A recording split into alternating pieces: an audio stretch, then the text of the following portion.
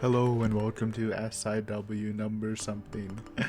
I've lost count. This time we're actually doing movies. I'm really backed up on the movies. I have like so much I could talk about, but I released like the J drama a week earlier because I was too lazy to record the movie one. So we'll do movies this time. Got a couple weird ones to do. But yeah, enough introduction. You know the drill. We talk about 4 movies. Again, it's kind of a review, more just of my initial thoughts and feelings of them, and yeah, just my takes on them as someone who watches a lot of movies but probably isn't qualified to be like considered a good reviewer or whatever. So why watch it? Well, sometimes I can drop the hot takes, alright? They can be spicy, trust me, so it might be worth your time, and maybe maybe one of them will interest you, because I've definitely been seeing some unique stuff that I feel like probably won't know about too much, maybe? I don't know. Let's just get into it though. First up, we got a film released in 2020, that's right. Probably an early release. It is a Korean film called The Closet. It is a horror movie, and it is trash, in my opinion. It's just one of those super boring horror movies. I kind of wanted to bring it up because I covered some bad horror movies recently, like Tiki Tiki and The Noise, which is a bit bad, but those like came up to mind, and I just want to like differentiate about them because I should talk Tiki Tiki a lot because it's not a good movie. Had a good director, I think, but not a good movie. But at least it's like funny because it's bad, and I could laugh a lot. Like it's bad though, but I think the movies that are worse than that are just the boring movies. Like, again, I always bring up these movies, but these are like my go-to targets for describing boring movies, right? Like The Nun, Insidious, The Last Key, just boring Hollywood movies that somehow make enough money. Usually, I think some of them probably bombed, but yeah, this is probably the equivalent of that. It's also surprising because it has a pretty good cast, starring Ha Jun-woo, who was in The Chaser, which we talked about, and The Handmaiden, which I also saw a bit. Maybe I'll talk about in this SIW. I'm kind of just choosing movies as we go along. But yeah, pretty decent. Not decent. He's a good actor. I liked him in The Chaser, at least. So yeah, pretty big cast. Kind of wasted. I think the first half was definitely more interesting to me than the second half. It was boring, but it had a couple good jump scares, which I guess doesn't mean too much. I feel like as I started to I might have told this story because I feel like I have, but as I started to like concentrate more on movies, I feel like even in bad movies I'm like, oh, at least it had like one good jump scare like every time. But I think that's just because I don't like brace myself for the spook. So I don't know if that's a compliment, but it did have some creepy stuff. There was like a semi-cool scene where like there's these ghosts that can't hear or no, they can hear but they can't see, and the main character had to like crawl stealthily without making like a lot of noise. But oh yeah, wait, no, how did that work? No, they can see, but they can only see people with their eyes open. So the main character had to close his eyes and like listen to this other guy while crawling to the door and escaping. And it was kind of creepy until I realized that the ghost things could like feel people. So like this man was literally just crawling through the middle of the floor, and he was just like super lucky that the ghost things were just like not touching him while they're like running all around the room, which definitely took away the tension. Like that was potentially gonna be the best scene in the movie, and it just was like, wait, this is kind of stupid. I think it definitely fell apart in the latter half when they got rid of some of this mystery and they introduced this exorcist, which was a cool character. He was I thought it was pretty entertaining, but it's just too much cheese, dude. It was like a power exorcist. Like, he had the power of the force.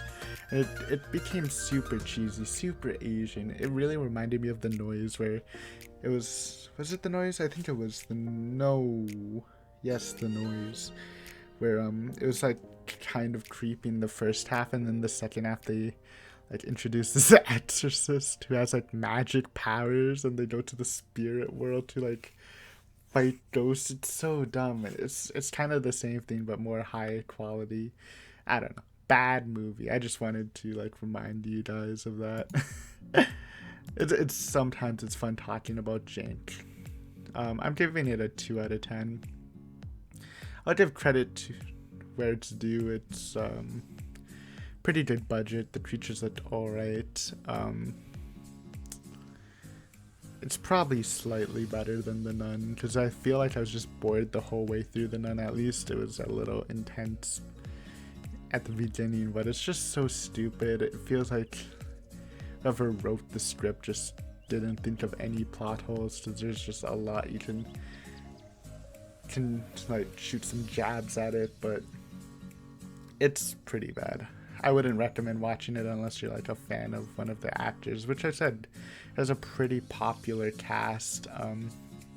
So if you're like a super fan, then you might as well check it out. But it's definitely not something you should actively look to watch.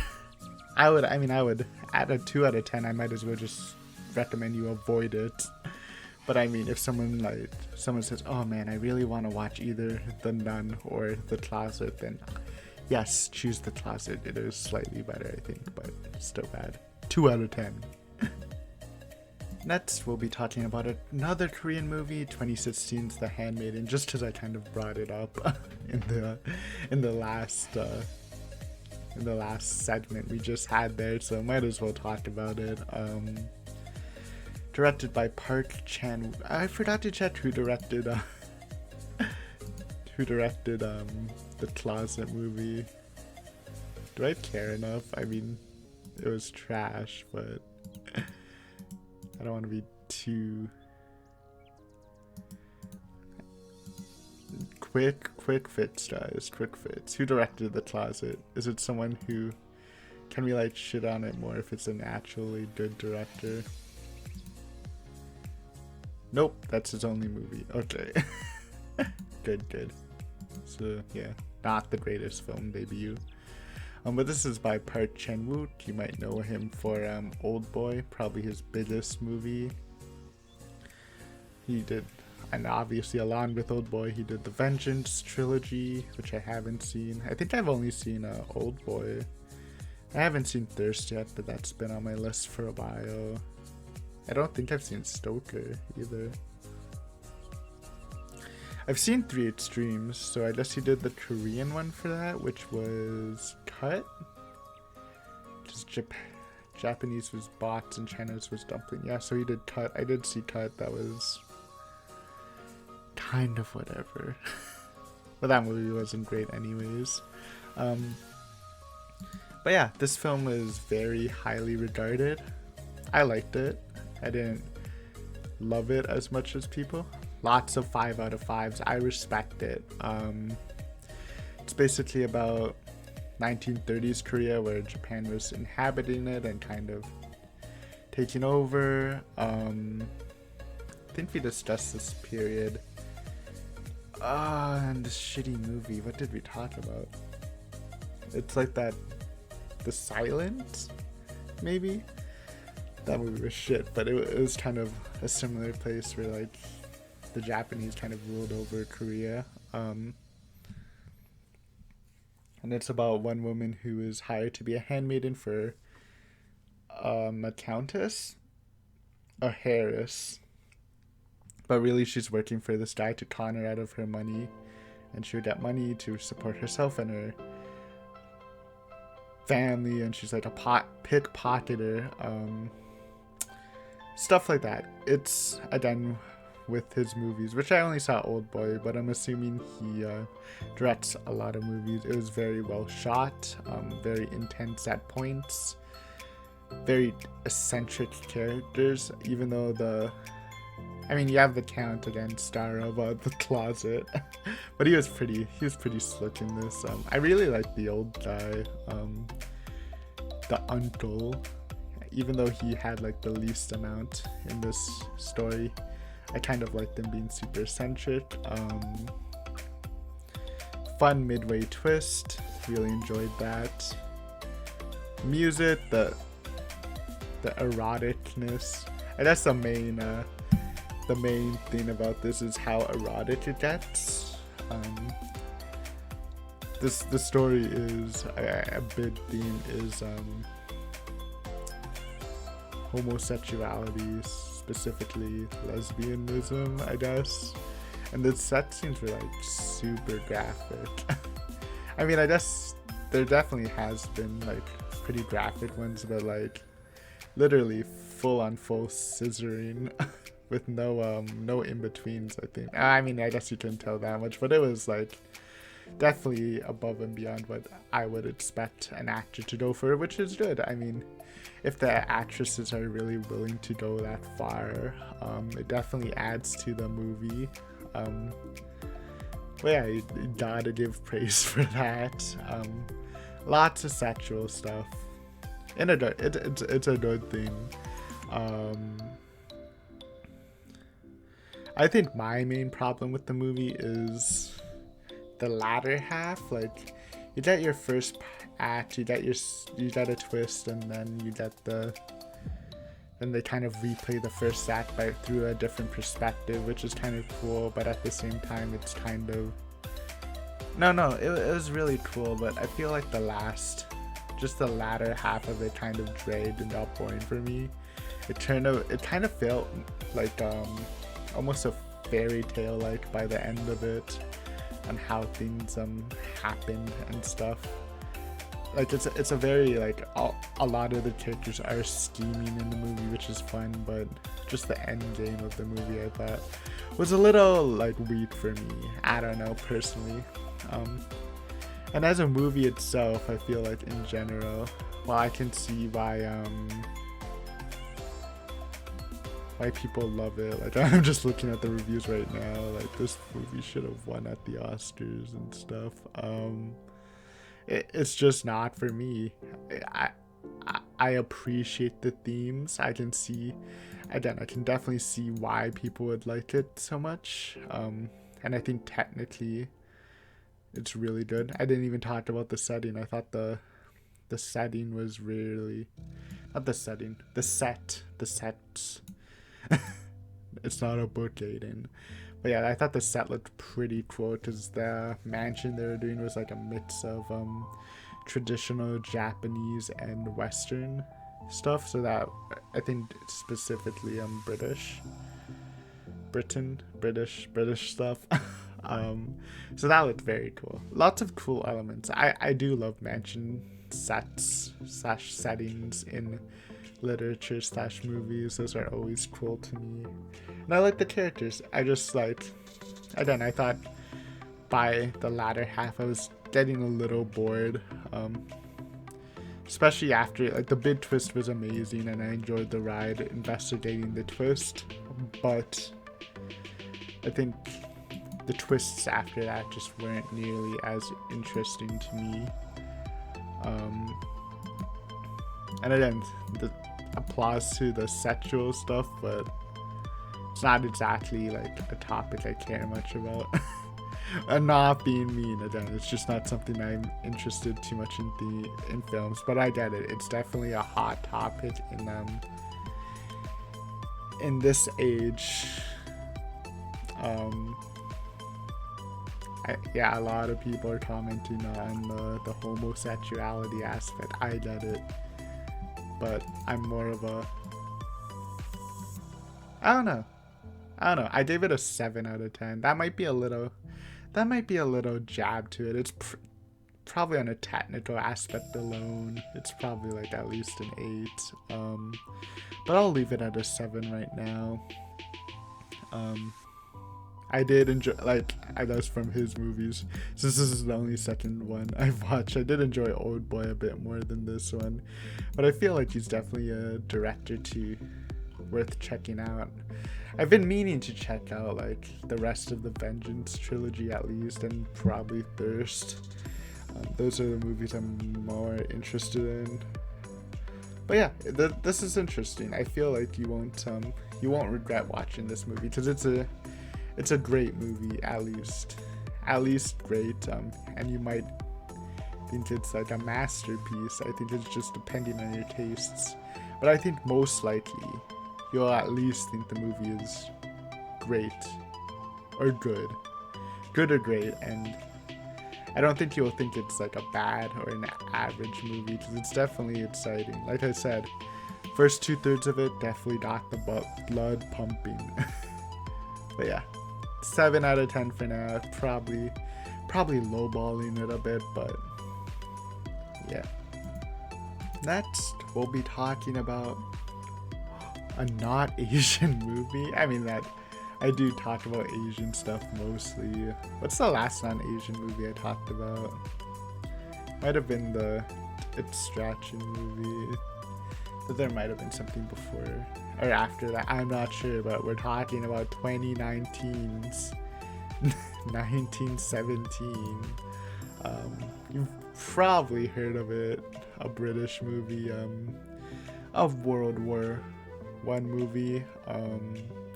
Very popular, won a bunch of awards, won Best Cinematography, was pretty much the only competition for Best Director and Best Movie against Parasite for the year. And I think it was probably favored by those professional guessers. But yeah, I finally watched it.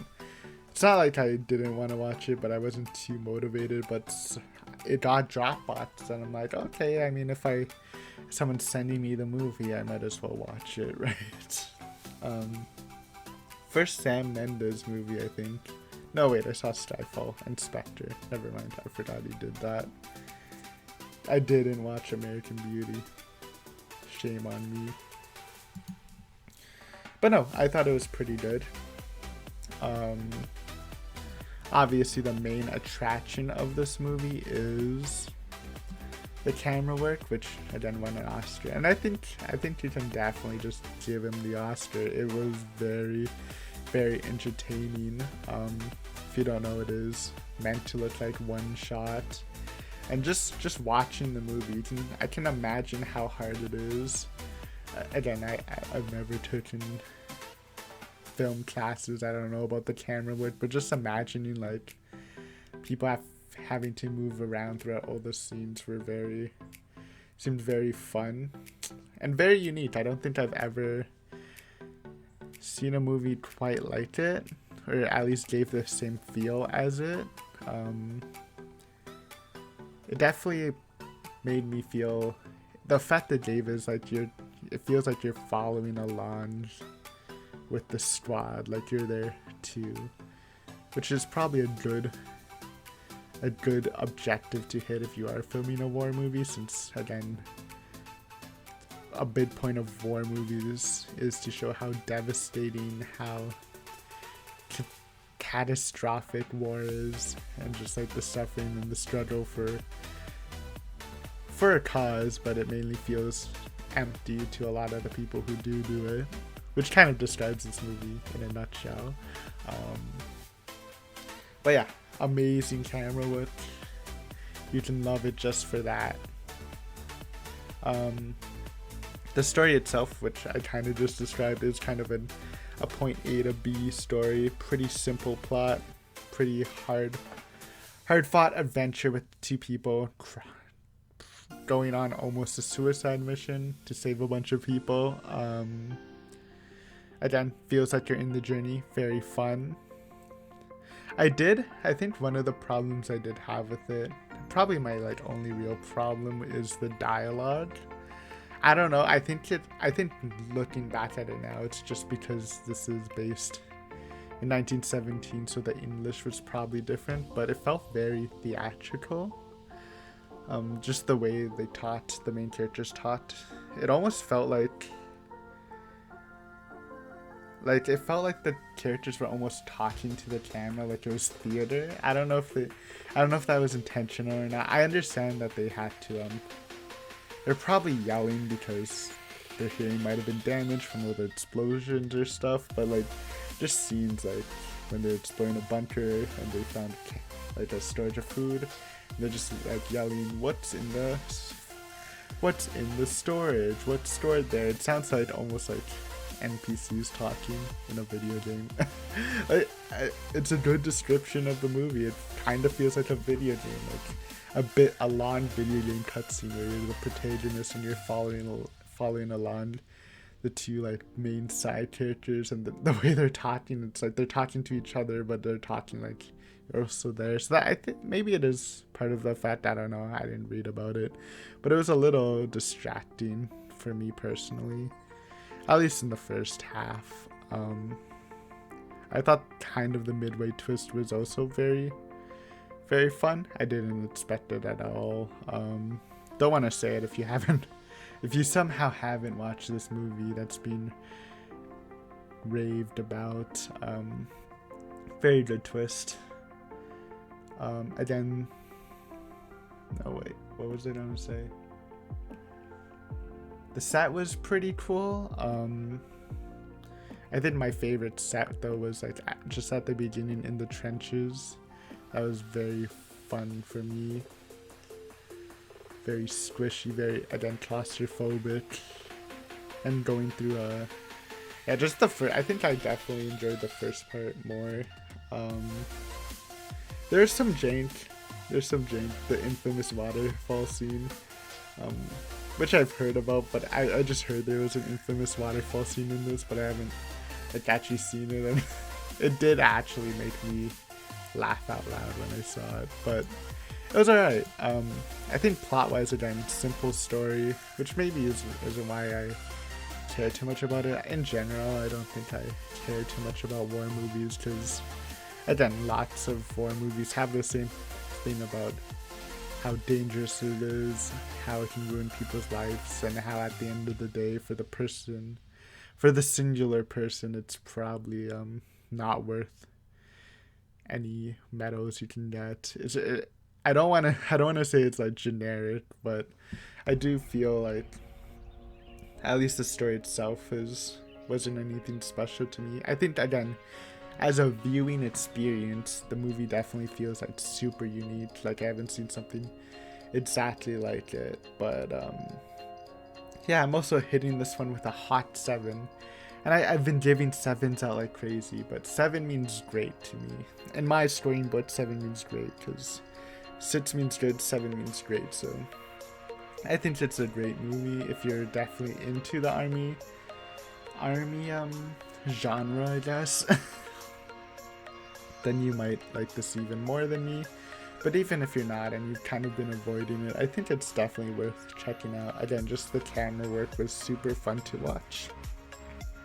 Again, not being an expert at camera work, but I could definitely appreciate the work put in.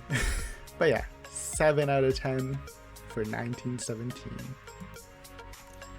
For the final movie, we're gonna be doing 2001 Agitator by Takashi Miike. You might have heard Takashi Miike's name before. He has a lot of films. To me, it's kind of hit or miss. Like I've definitely seen some bad films by him, but at the same time, he also has some of my favorites. Like Audition. Probably heard of it if you are into Japanese horror. It's probably my favorite Japanese horror movie, honestly. But I haven't really thought too much about like a Japanese horror list, so I can't say for certain, but I absolutely love Audition. But he's done Ichi the Killer, 13 Assassins. He's also done 3 Extremes. Interesting, because the other guy we talked about, the Korean guy, did Cut, and he probably did Bots. I think Cut might have been better than Bots, but I'm not 100% sure. He did One Missed Call, didn't even know that. That's a horror banger. He did Lessons of Evil, which was extremely edgy. Over Your Dead Body, which was budget audition. Deadly Outlaw Rekka, which is actually a banger. Lots of good stuff. Some jank, because he does do a lot of video game and anime adaptations, but great director. And I really like this movie.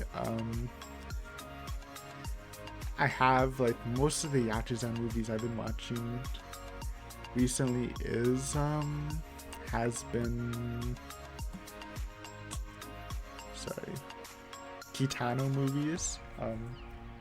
And no disrespect to Kitano, I know he's a legend. He's, especially for the Yakuza scenes, but like the early movies I've been watching of him have been so weird. Like I go into my Yakuza movies thinking they're gonna be like super bloody, super edgy, but Kitano movies are just, there's like weird shots. Kitano is a badass in all of them, but he's also like a weird character. It's just not what you expected. So going into this, I think I still had like the Kitano vision where I'm like, okay, this might be a little funky, but no, this almost felt pretty classic Yakuza-ness. Very cool, very bloody, and very fun. Cast was good. It's not on Asian Wiki, so I'm on Letterboxd, so I don't actually know who was who. I don't remember. But I think Endo. Yeah, Endo. I always call him Edgamy, but he's in a lot of dramas, and I usually like him as a side character. He's pretty distinctive. But there's a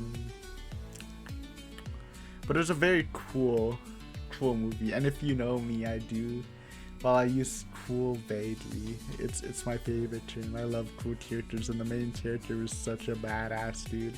This man never wore a shirt. He always just had a jacket with his necklace and just shirt off, all abs. Basically, what is the plot of this movie? It's a Yakuza movie. It's basically, there's these two big clans and another big clan family, I guess would be the proper term, wants to like take over the two clans and make them merge with him so he can win his own war in his area. So there's like people scheming to like bring down the leaders and merge the clans. And like part of the main clan that we're looking at is he has like his own separate gang that merged with the clan, and you're following kind of that gang. Who's a little more aggressive, who like basically enter the clan because they have balls, I guess. Is the description, and they're like ready to fight. And the main character has like his own little hit squad where he's like super loyal to his gang's boss. It's very confusing. I'm confusing myself trying to describe it, and despite the confusing description, it's a Yakuza movie. The plot's not too hard. There's a lot of deceit, a lot of random killings, and a lot of gruesomeness. It's all fun. It's not like super shootouty either. Like the kills are very quick, like just drive up, shoot you a couple times and dip. So a little more realistic. Not that you need realistic, you just need blood, guts, and fun. I love the description for this freaking poster. I'm just staring at it. It says its title, then thank you and fuck you, brother. But yeah, it's so hard to describe. I don't know. It's not an action movie. If you haven't seen Yakuza movies, it's more like, again, people playing sort of politics in the Yakuza family. Some being, again, super aggressive, some being like super laid back, almost submissive. Again, Yakuza power struggles, some cool violence. It's what I like. Again, it's been a while since I've seen a Yakuza movie like this, and I think out of a lot of the ones I have seen that sort of fit this more, this bloody stuff more, I think I like this a bit more than the ones I've seen. What are the problems with this movie? It's a little long, but I don't hate it. What's 150 minutes? That's like 2 hours 30 minutes. Yeah, you could probably trim some fat, but I feel like it didn't really feel like it was dragging for me.